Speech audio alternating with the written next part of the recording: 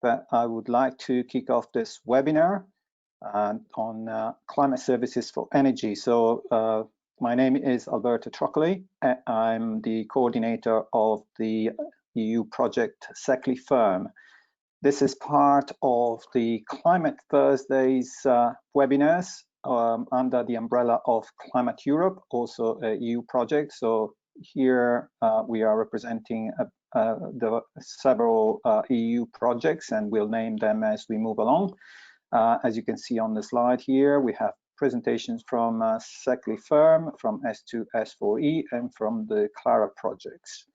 So all funded by the EU, for which we are acknowledging their funding and support, which is obviously really important in this space of climate services.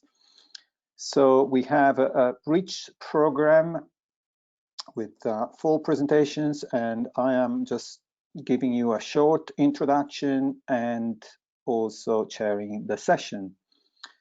So without further ado, let me go through the SECLI-FIRM. So I want to introduce specifically the SECLI-FIRM, which is the project that is coordinating this webinar. And I want to give you an idea of what this climate services are about. And in our case, and in other cases too, as we will see, the climate services are organized around case studies, which are a close link between a scientific partner and an industry partner. In our case is mainly industry and water sector. So we have a number of cases, and we want to demonstrate how, in our case, seasonal forecasts can be used for decision making and management of resources, assets, and so on.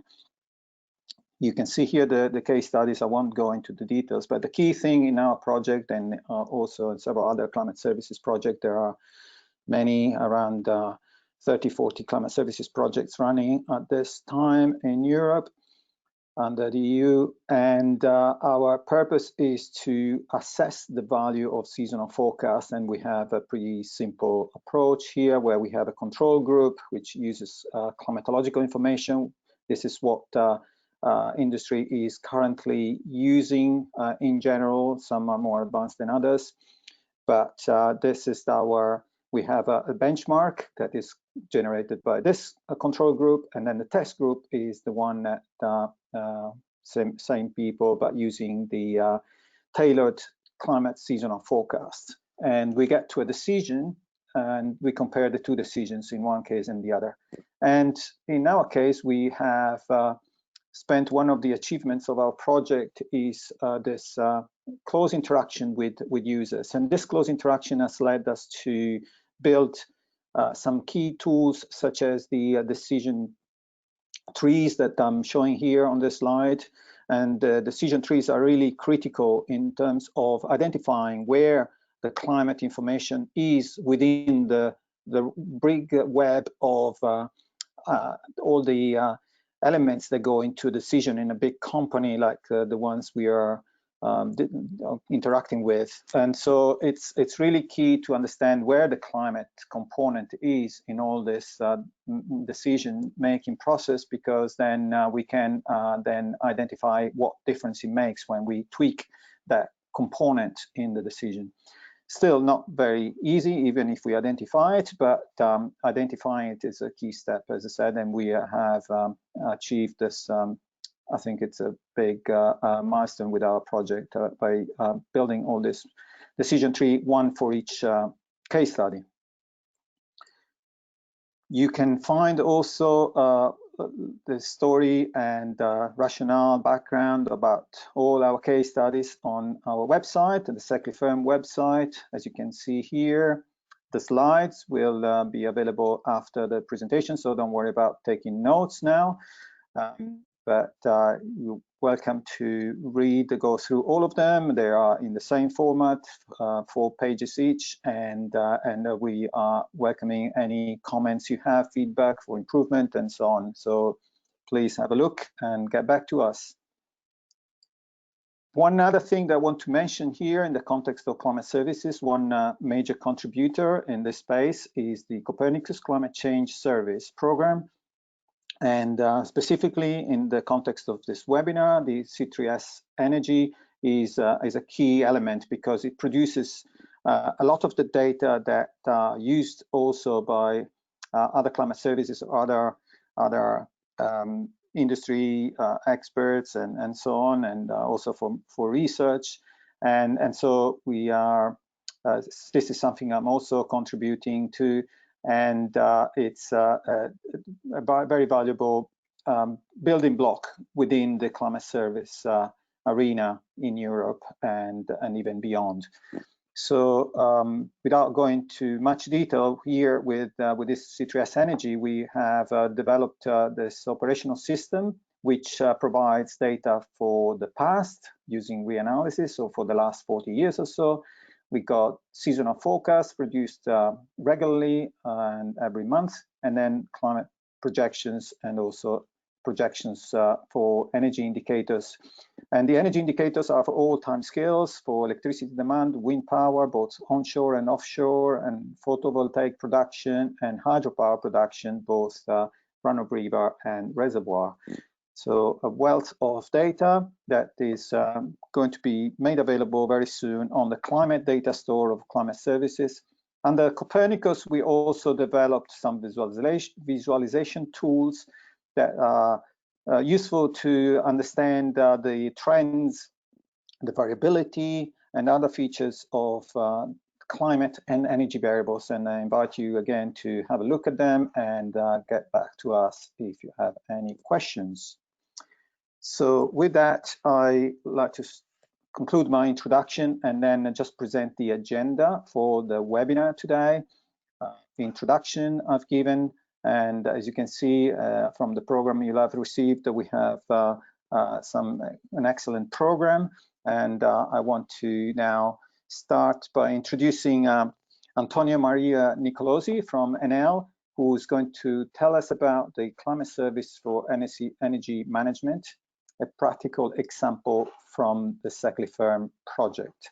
So I'm going to hand over to Antonio Maria, and he will tell you about this case study.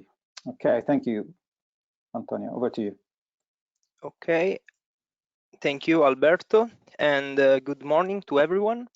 I'm Antonio Maria Nicolosi, a geophysicist who works in ENEL Global Trading SPA, and specifically in middle office division. In this presentation, I'm going to explain the role of climate service inside our company, and I'll give you a practical example related to the first case study discussed in SECLI-FIRM project. As you know, the importance of weather forecast in an energy company is an increasing role.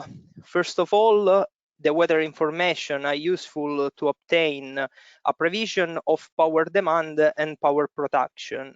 In particular, wind speed used to derive the wind production, temperature to derive power demand, and the power demand is important because in general less temperature implies less demand, that implies less revenue for an energy company. And to derive hydro production, we use both information from temperature and rainfall because it's important to take into account the snow melt factor. So the link function is an internal and disclosure procedure that convert the variable with its unit of measurement into gigawatt hours. And these informations are the input of the decision-making process.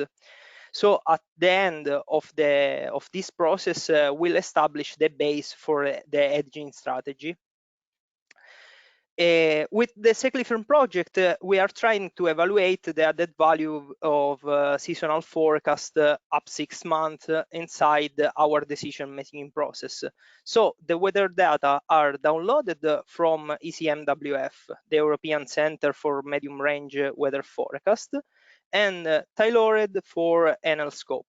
in order to produce power demand and power production. That's are the main input for the decision making tree, together with the assets scenarios. And inside ENEL are simulated the different market scenarios and associated risk, and then through the decision-making process will be chosen the action to carry out on the market. In this context, ENEL middle office with SECLI-FIRM and especially WEMC develop a climate service tool that will be used for another department inside ENEL, who decides what to do on the market, the front office. So our colleagues from front office using the climate service tool as a support of choose for which action to carry out on the market. And which action can be taken? I give you an example. I know that there will be a hot summer without rainfall. As consequence, the hydropower production decreased too, together with our revenue. At this point, there are two different paths. Below, I can leave the position open. So means do nothing on the market, and as a result, my expected scenario is a reduction of my revenue. Or above, I can buy a weather derivative. You can think it as a sort of insurance with the difference that in a simple insurance, I have a fixed refund. And in this case, with the weather derivative, I have a contract that increase with the weather variable. So the result in my expected scenario is a balance between my revenues due by the profit from the weather derivative.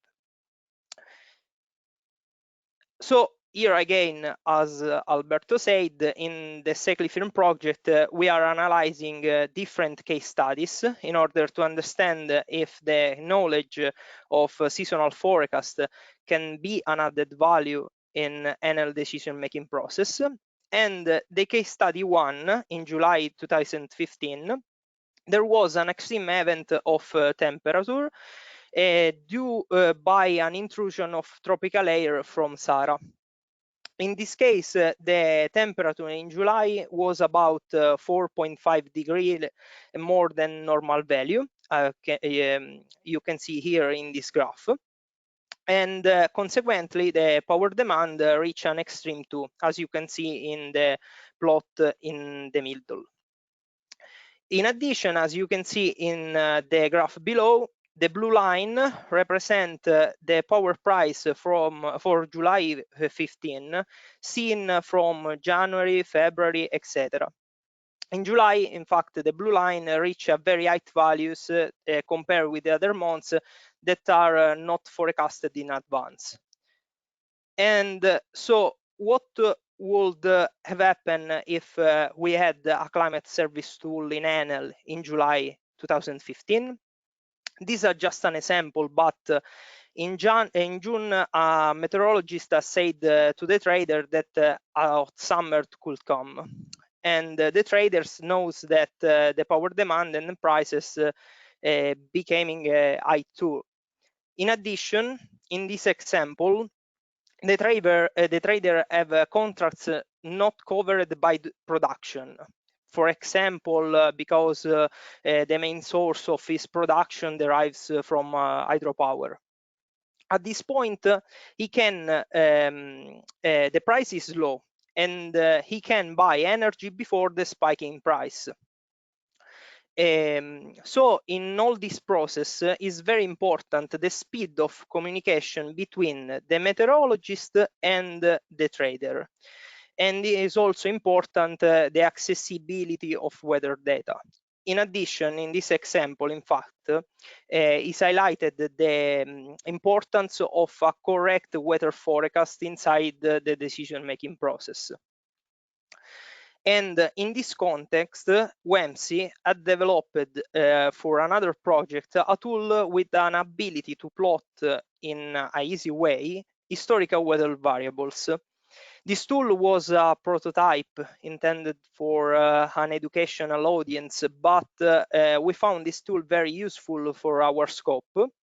And in fact, in this slide, you can see the temperature of air at 2 meters in red, and in blue, the low value, in July 2015 in an immediate way.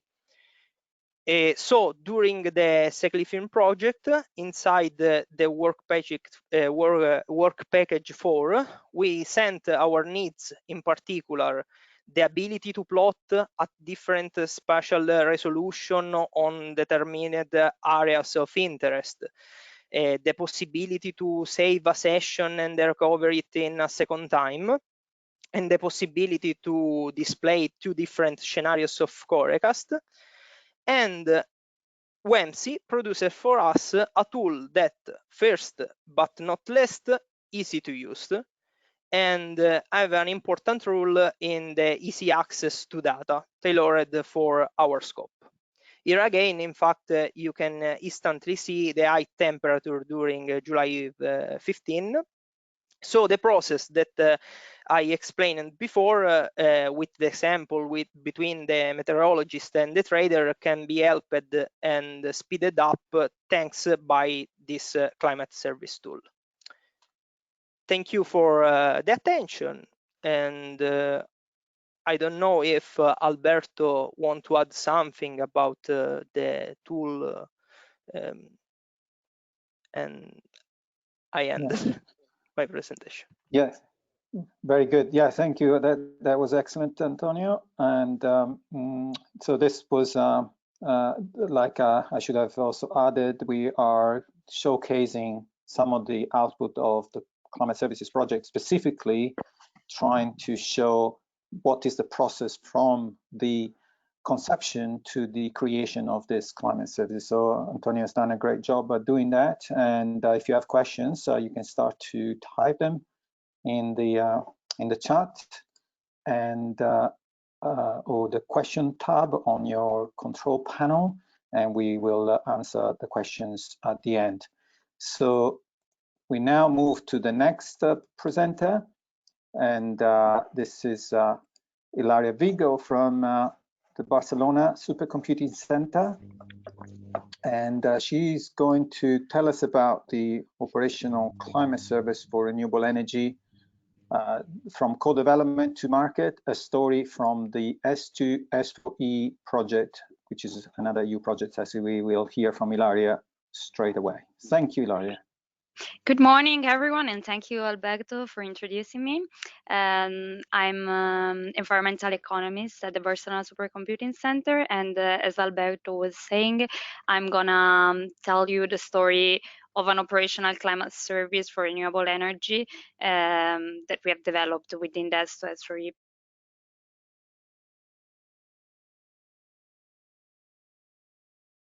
Not yet.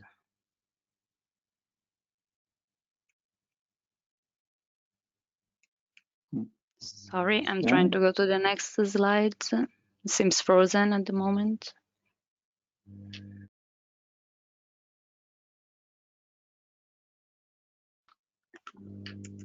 Okay, now you can see the next slide, I guess. Sorry.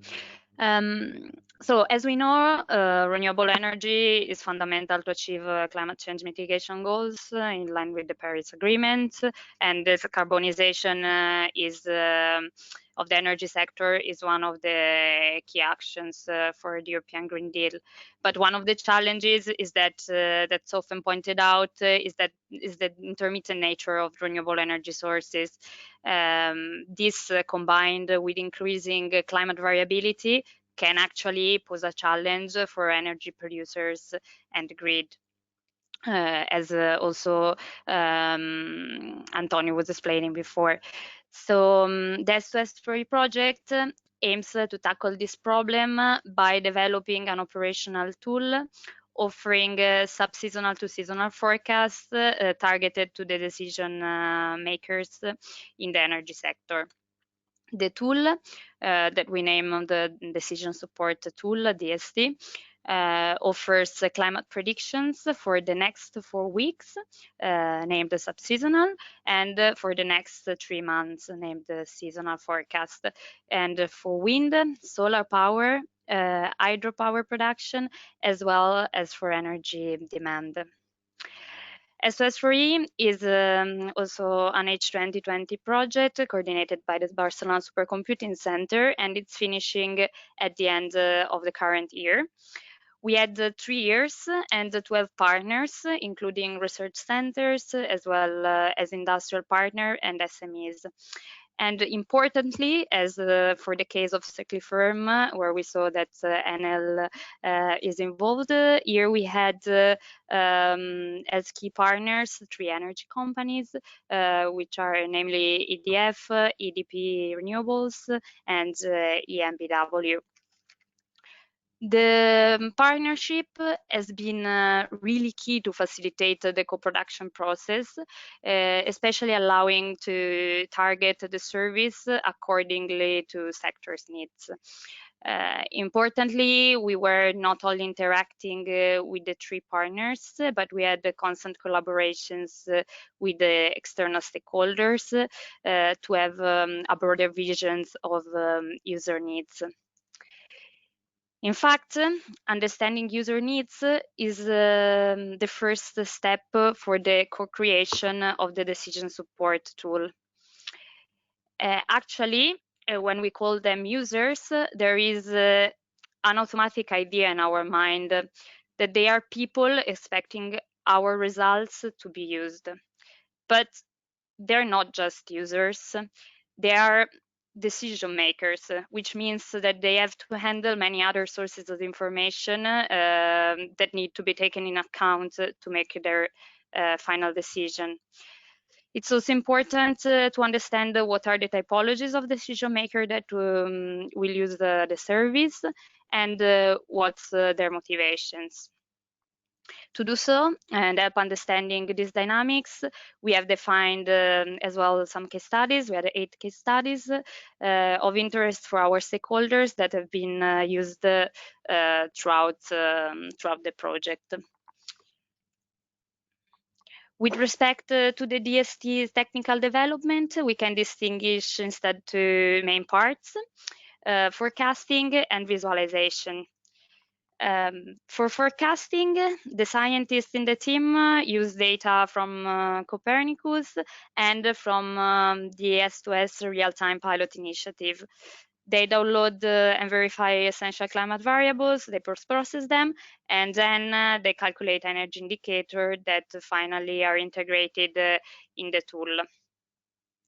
However, this is complex information, so how can it be effectively delivered? We haven't started from scratch. We have made an analysis of previous prototypes. In particular, the decision support tool is based on previous efforts that have been devoted to the development and improvement of seasonal wind prediction prototypes.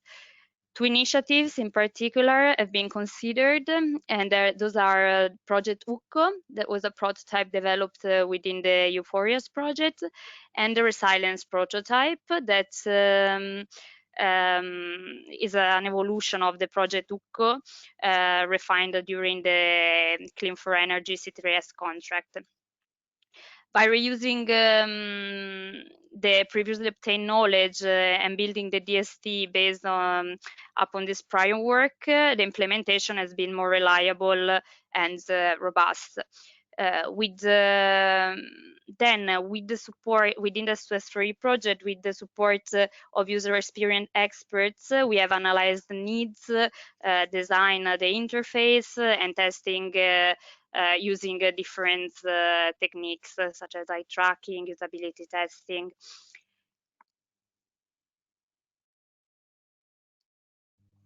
So this is, as a result, how the decision support tool looks like.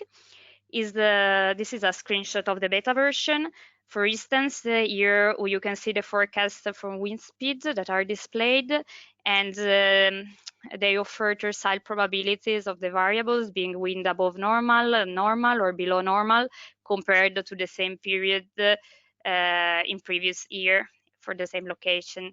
The first operational version was launched at European Sustainable Energy Week in June 2019. That was halfway of the project. So what we have been doing in the remaining 1.5 years of the project, basically the problem is that the decision makers are facing is uncertainty, and the solution is building trust. So we are testing with partner companies and other stakeholders the decision support tool. This is key to develop it from a beta version to a final version. We interact in different ways with decision maker. We organize hands-on session. We have regular meetings with decision makers and experts to discuss current forecasts and possible application, or as well as we simulate decision of extreme events of the past using case studies.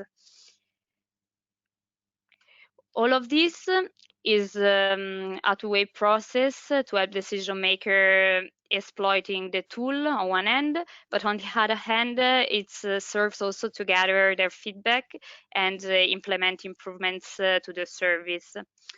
Some of the improvements are technical, such as, for example, facilitating the coordinates of the forecast. Other improvements to the service are improvements to this actual service. In fact, the climate service is not the tool itself only, but working with the energy partner, we have spotted different needs. So there are now complementary services such as a webinar, monthly outlooks, case studies, including impact assessment. We offer a dedicated air package, and recently we have activated the summer extreme service. Last but not least, within the S2S3 project, we are taking care of evaluating the economic impact of the service on decision making, with similar strategies previously presented. We have case studies on hedging, on hydropower production. Initially, we were using case studies from the past. Now we are also trying to look at day-by-day usage of the tool. This also helps us to understand how to position the DST after the project. In fact, to keep running it operationally after the end of the project, we are currently preparing a business plan. This idea was envisaged since the very beginning. Therefore, we have been monitoring the climate services market since the beginning, and we also identified the partner roles in the exploitation phase after the end of the project.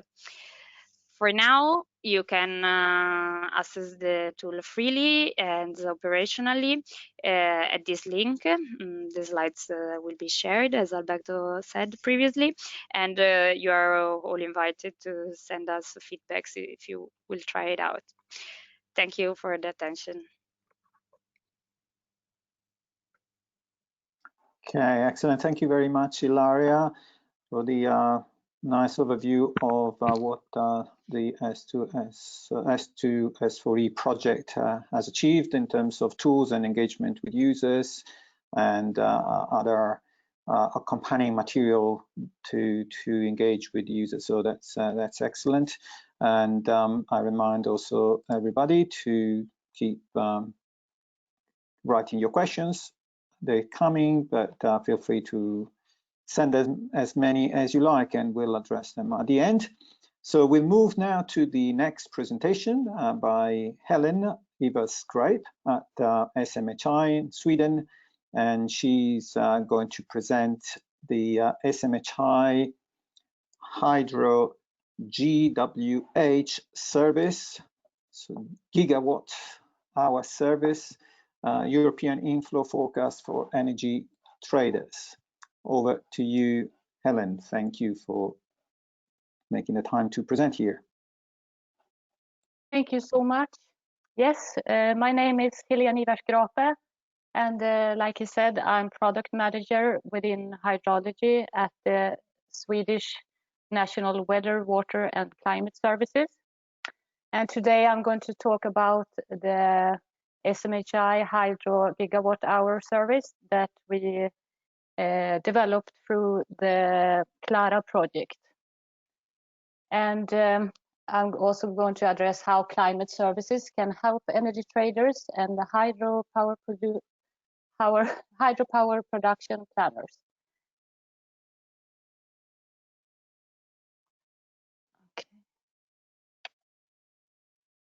Okay. At SMHI, we worked with the hydrology for a long time.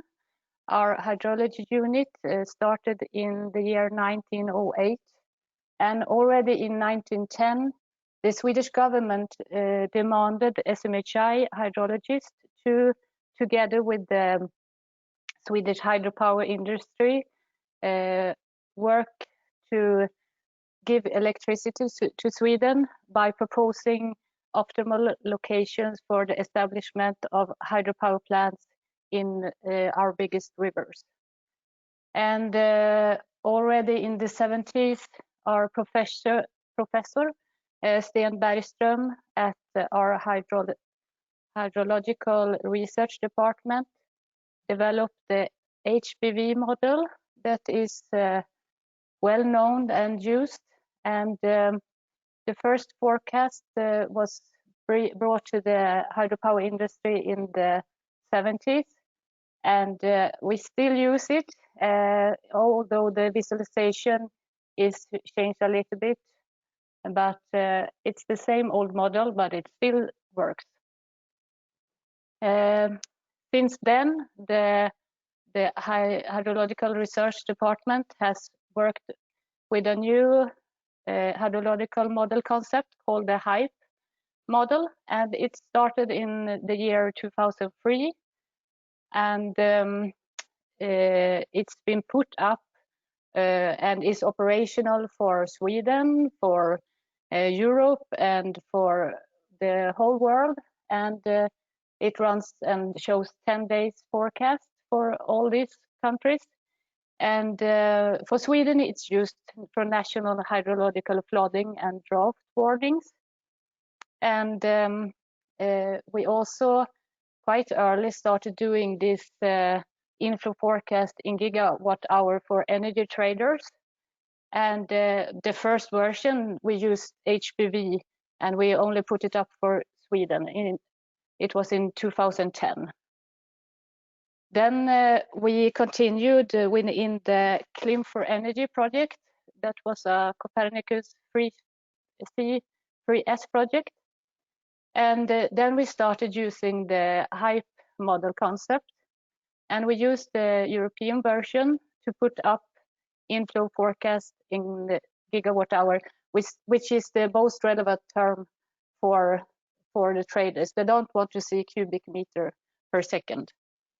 And then we used this to put it up from Sweden and Norway, but only as for the country as a whole.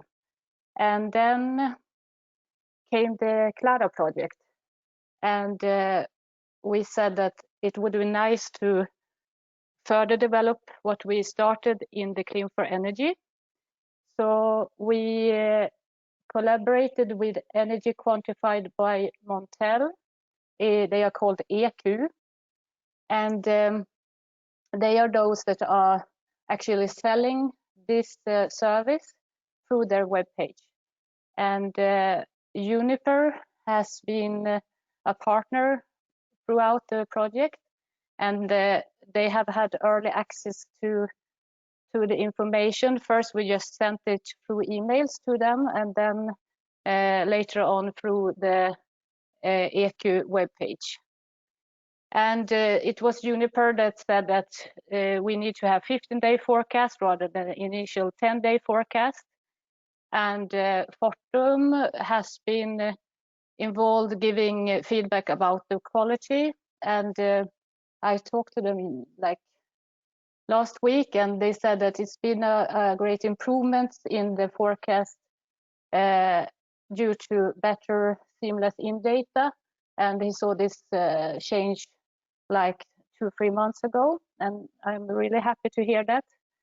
Statkraft has had also an involvement, and they always been customers to us, having this gigawatt hour. So they've seen from the first version now when improving, hopefully, and they had some feedback about the visualization and presentation.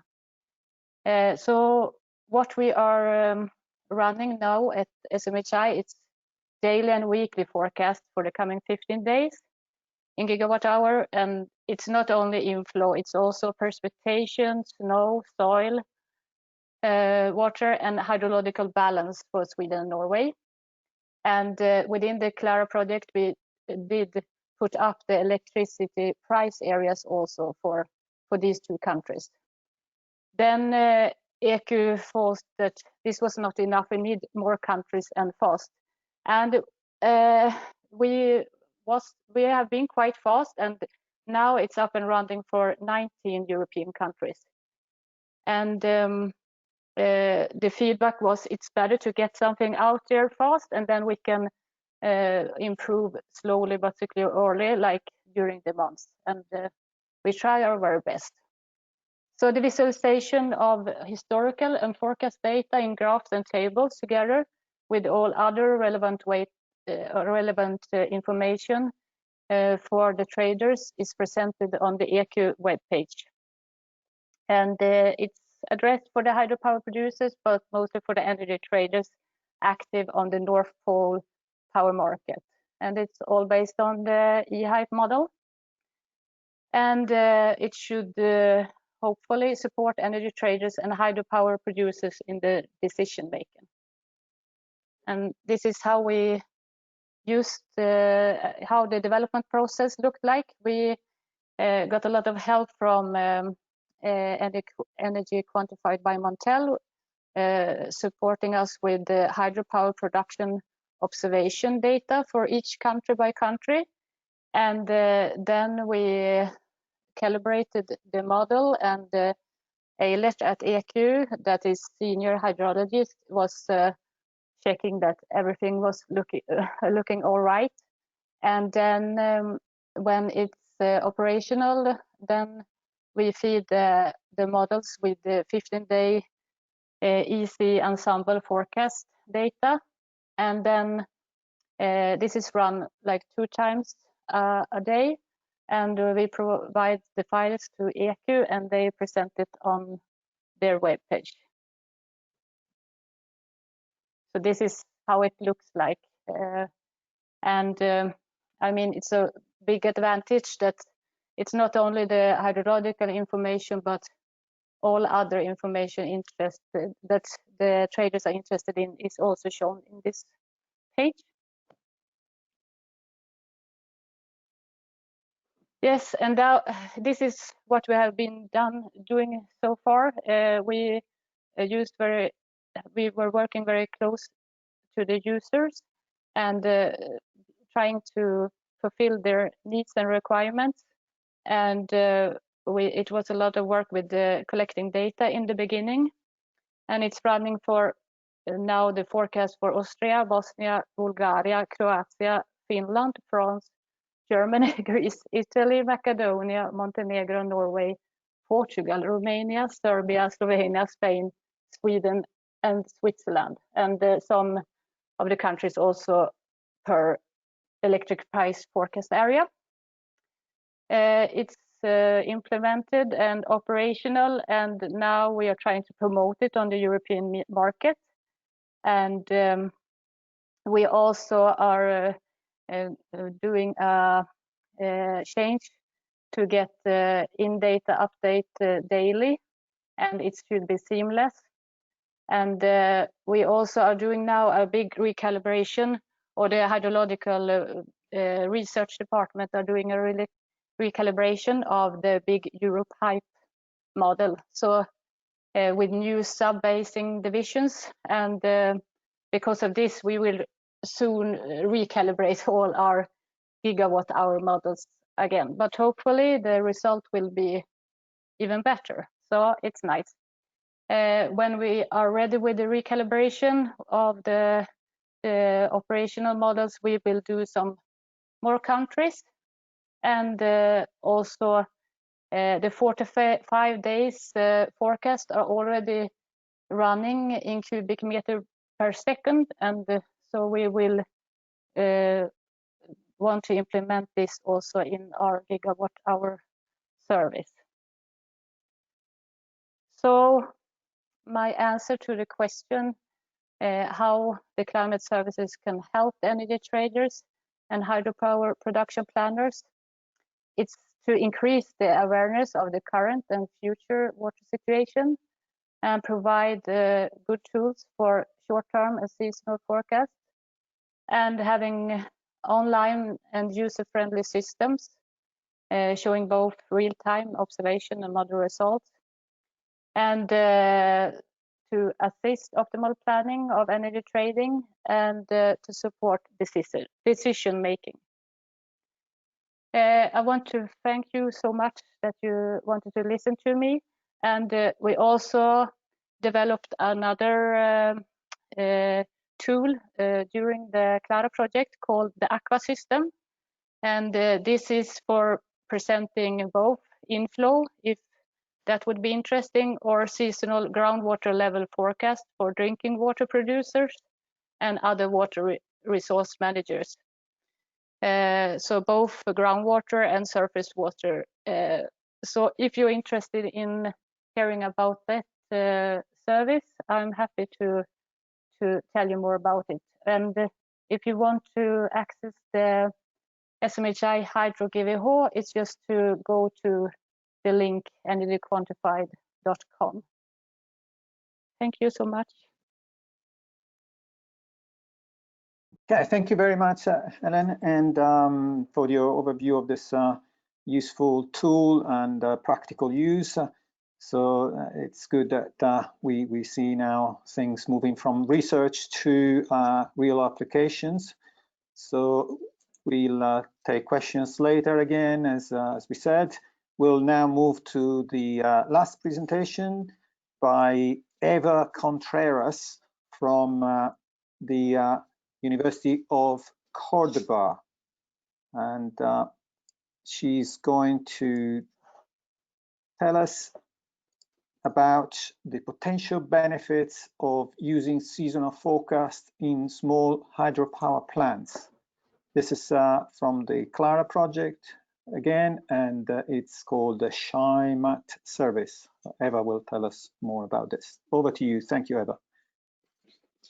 Okay, good morning to everyone, and thank you, Alberto, for introducing me. My presentation tried to highlight how managers of small hydropower plants can get a value from seasonal forecast data. I will show you these potential benefits through a climate service application developed in the H2020 project Clara. During several local meetings and multi-user workshops, we have learned that most of the users with a relevant technical background in the energy sector know about the existence of seasonal forecast information available, for example, from Copernicus services, but they have limited experiences in the application of climate services. They normally rely on in-house evaluation and expert judgment in their day-to-day business. This broadening approach is motivated by several reasons. Mainly, the first one is reluctance to apply innovative forecasting climate services, mainly due to a lack of confidence on the forecast, but also under a technical point of view, flexibility and in-depth customization of these innovative tools are required. So the main challenge is linking the forecast with the decision support process.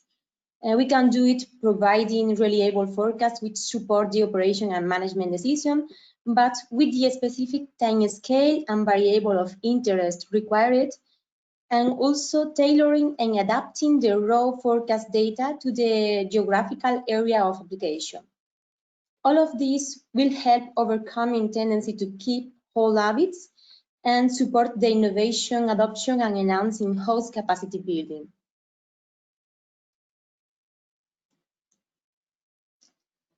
The main challenge or climate service that we call CIMAT is focused on small hydropower plants, which means run-of-river plants normally located in mountainous areas with no dam or water storage.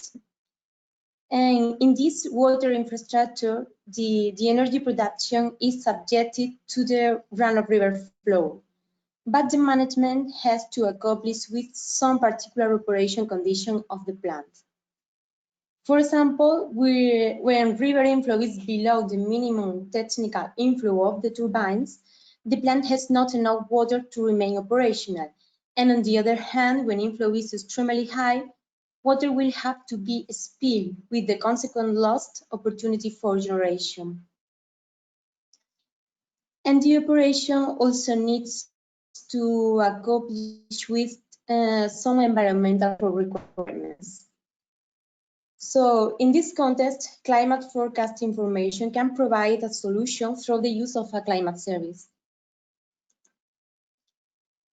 This is an overview of the CIMAT structure. First, seasonal forecast of daily river flow and precipitation data are included in CIMAT database. That information is combined with local measurements and hydrological data from a physically based hydrological model implemented in the pilot area. This is for data processing and local downscaling. But also we need local data of the facility related to the specific consumption, turbines data, and environmental restriction. Thus, finally, outputs covering the user needs are provided in a dashboard. I would like to remark that all the information has been customized to the user needs through a co-development process, downscaling forecast data to the pilot's local scale and showing in the user interface only the most relevant information.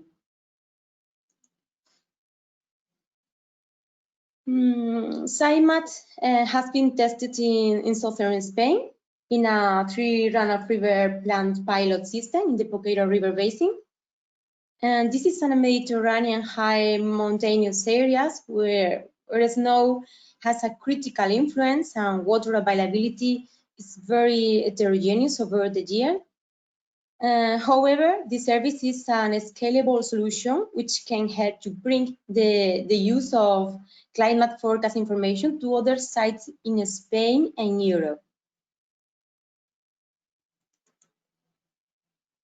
Let's see an example of CIMAT user interface. You can access the service through this provisional link. I will show you some screenshots of the service. Here, the user interacts with the application by logging and selecting an hydropower system in a GSMAC where also other hydropower plants included in the service are shown.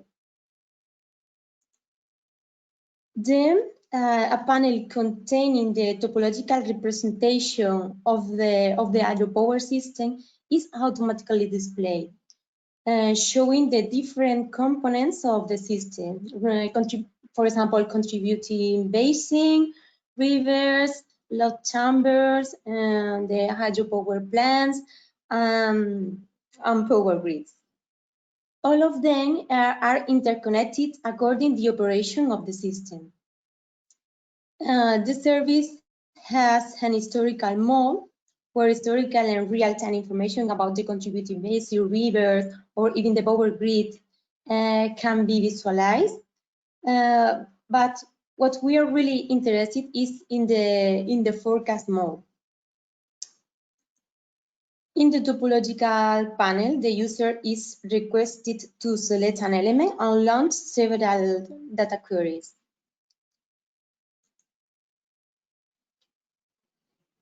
We can select, for example, the hydropower plants element and see forecast information about hydrological data. For example, river inflow. Here we can see that forecast data are given as a probability range using box plot, and also the comparison with observed data of this variable is shown by the service.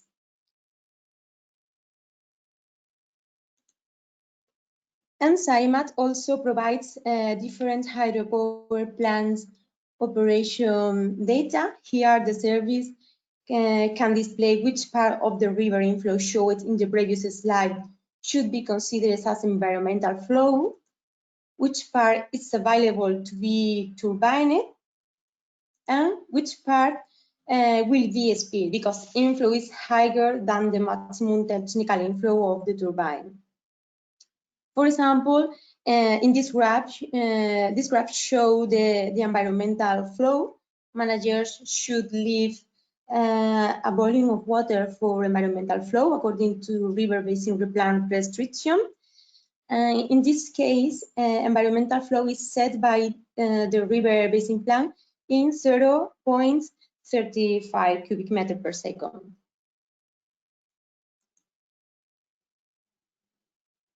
The remaining volume of water will be the discharge, the water available to be turbined and produce energy. And as we said before, there are 13 periods in which we have spilling of water. Knowing this information in advance, managers will have the opportunity to quickly turn up additional turbines. The service also computes the number of days with operation in each month, and this information defines high production periods and shutdown periods. This information is very useful for maintenance and repair task planning. And finally, the energy production, clearly valuable information for market issues.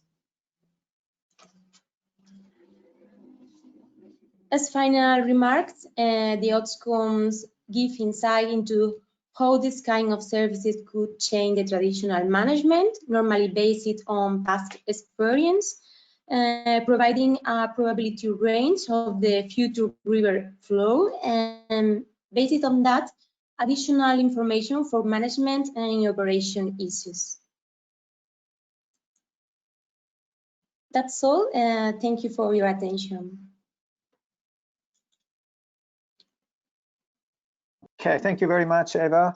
And this concludes the series of presentations we had for you to display and showcase the climate services, some of the climate services that are being developed in Europe under the EU H2020 projects, in this case, SECLI-FIRM, S2, S4E, and Clara. So we have now time for questions, and we've received some. We're going to now address them, but you still have time to put other questions to the presenters. So let's start with the first one. So we have Helio Camargo. Thanks for asking this question. So this is to Antonio. Helio says, nice presentation, thank you. In Brazil, at the Brazilian electric system operator, we have the need of reproducibility of the forecast. I understand the communication importance starting with the meteorologists, but what is the reproducibility of the process in the example you showed? So this is for the first case to Antonio. And maybe Antonio, Okay. when you respond, you can also Yes. paraphrase the question, so you can it's easier to follow the answer as well. Thanks. Okay.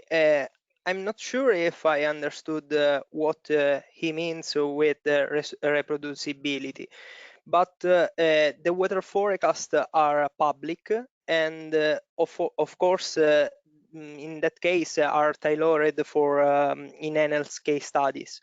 It's possible to reproduce a similar scenario and the weather tailored for a specific company, but how the company reacts at a weather information to a specific weather information, it depends from the decision process inside the company, and of course the business context. So I don't know if I answer to the question, but I think it depends. Okay, yeah, thank you, Antonio. If Helio wants to come in for a follow-up question, please do so. We can then take that if we have time. So just a reminder, we're going a bit over the hour to take some questions, and we'll stop probably 5, maximum 10 minutes after. So thanks for staying with us. And the session is going to be recorded, so you will also go through the presentations and questions at your own pace afterwards if you wish to do so. Okay, so the second question, this is an easier one, I think, still from Helio to Ilaria. So thanks for the presentation. What is the average scale of the wind speed seasonal forecast? An easy one for you, Ilaria.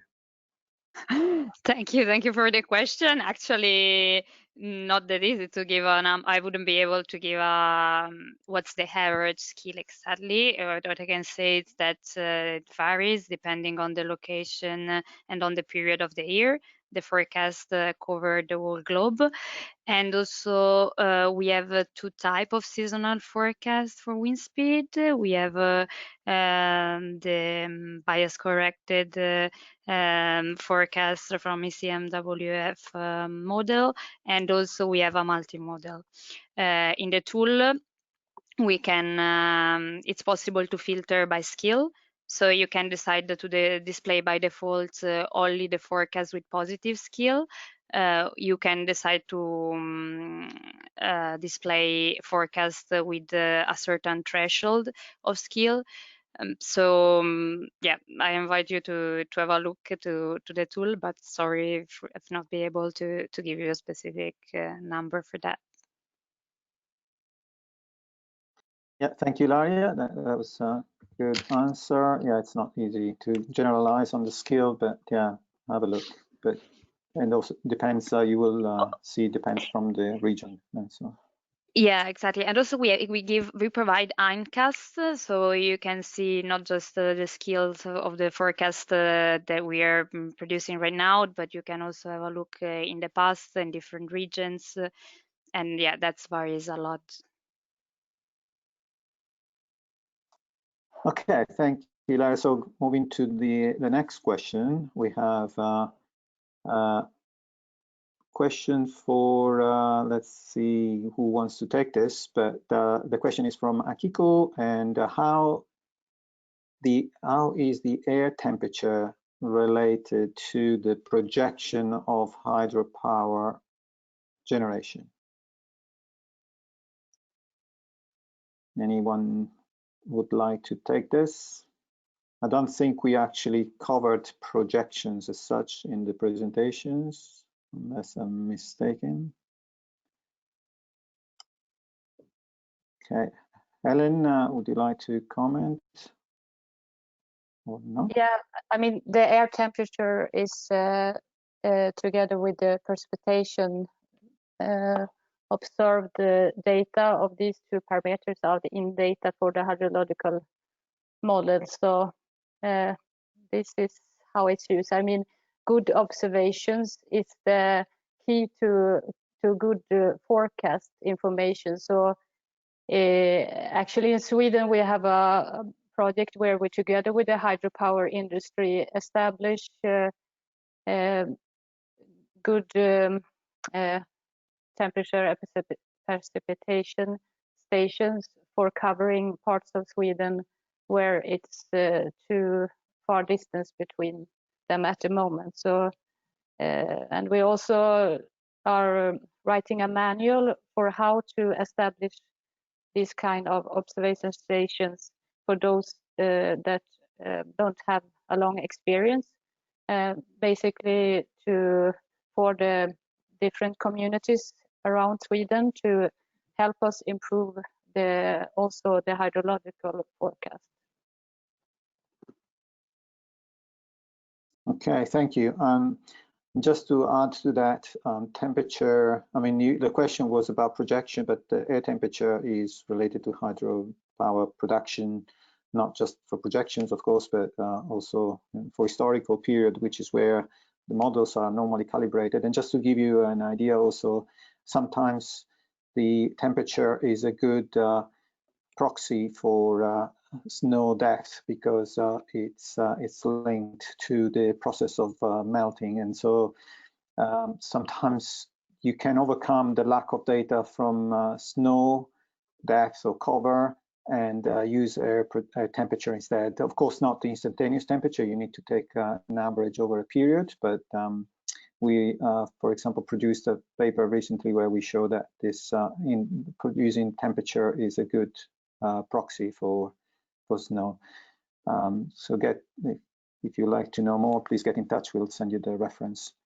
Okay, so next question. This is for Helen again. You said that you're looking forward to extending your model service to other countries. In this case, Nepal is planning a lot of hydro stations across the country. What possibility do you see to conduct research and practical applications to the decision makers of the sector? So this is from Vasudev Neopanin. Thanks for the question. Helen, would you like to answer this, please? Yes, thank you so much for the question. I mean, our hydrological research department always looks for better in-data to improve the worldwide hydrological hype model. So if these hydropower producers are interested in having the information in the worldwide hype, then it's possible to provide the information and observe data. Then we could like calibrate the the world hype model better in these areas. But of course, it needs some funds to do this. I work at the more business unit of SMHI, and it's not complicated to put up a hydrological model for Nepal for some hydropower station. That would be really, really interesting. And then you can, I mean, a company could access and see the forecast through, for example, this aqua system that we also produced during the Clara project. And it's possible to use any language and to see information about levels and discharge. So this is also a possibility. But the best thing to guide you right is to contact me, and I'm happy to see in which unit at SMHI would be the best way of taking this further. Okay, thank you, Helen. And still from Nepal, still from Vasudev, we have another question now for Eva. And Vasudev is asking, when I studied the water availability in one of the mountainous river basin in central Nepal, the high mountainous area have many gaps in data and also available for short period of time. Does SHIMAT works in this case as well, and how the weather forecast will be reliable because of the high mountainous areas which are complex. It's a complex region of diversity and so on. So Eva, would you like to attempt an answer here, please?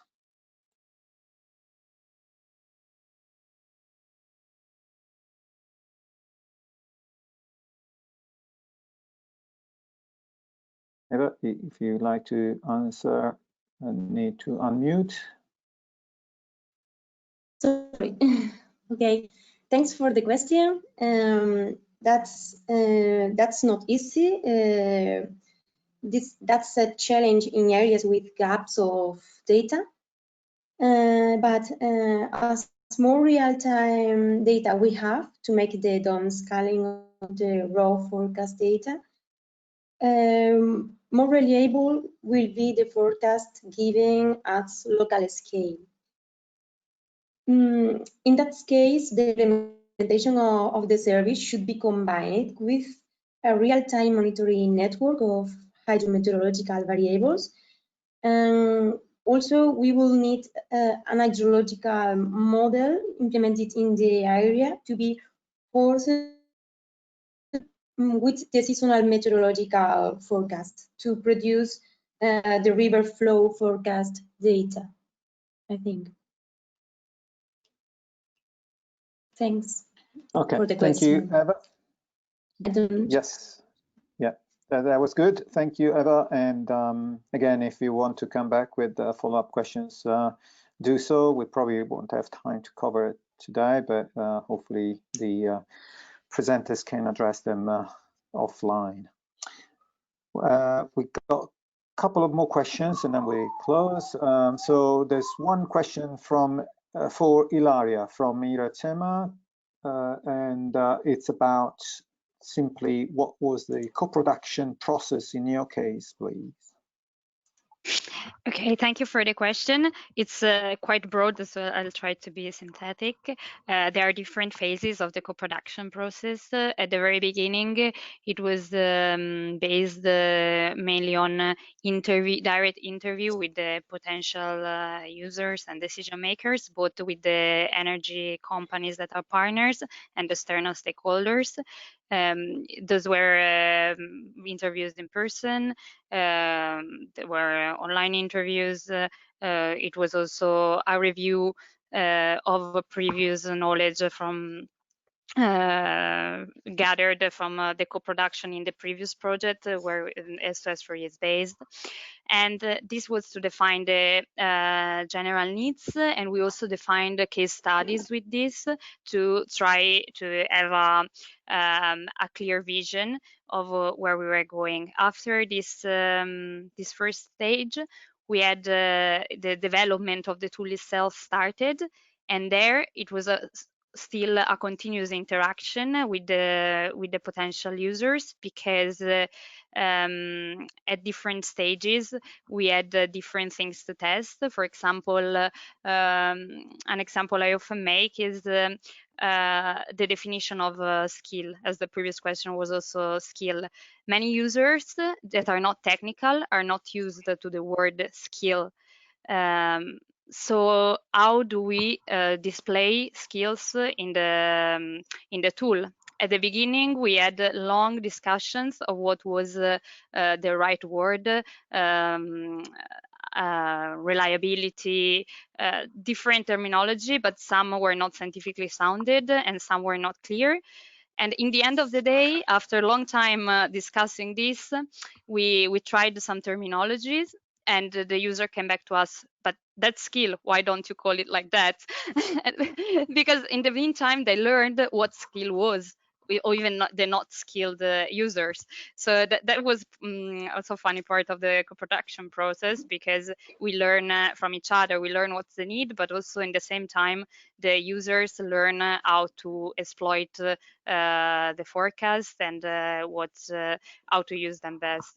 And now, still that the development is almost completed, we are still doing improvements. We interact on a monthly basis with each user that is actively testing the service, the energy partners, and sometimes others. that use the forecast on weekly basis, and they simulate decisions. They give us feedbacks. They tell us, look, I haven't understood this pattern, or look, I think this feature is not well functioning. And so we have this type of conversation that is still ongoing to make improvements. I hope this was quick but clear. Yeah, that was very good, Daria, thank you. And last question, but for everybody, I think it's a broad and useful question to address, and it's from Oscar Fuentes. So he says, thank you for the great presentations. Do any of the energy forecasts affect what research is being done on improving the existing energy conversion technique? So any of you, I'm thinking maybe Antonio, would you like to start on this? And maybe others as well? Okay. The answer to this question is that the econometric models and the industrial models are models inside the company, and sometimes are updated with these scenarios and this forecast. But all the models are on a great scale and also are statistics. So I cannot give an answer about this because it's a parallel process with the improving of the model of forecast. Is a process in parallel, and also is developed by others colleagues inside ENEL. So I'm not the the person that can answer to this question. Okay, thank you, Antonio. Other speakers would like to address this question before we close?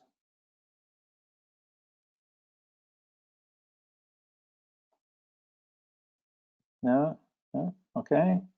So yeah, if you like, again, a follow-up to these questions, any questions, you can email us, and then we'll circulate the questions. And as I said, we will then can have this conversation offline, depending on the availability of the speakers. I cannot guarantee for on their behalf, but yeah, it's worth trying anyway.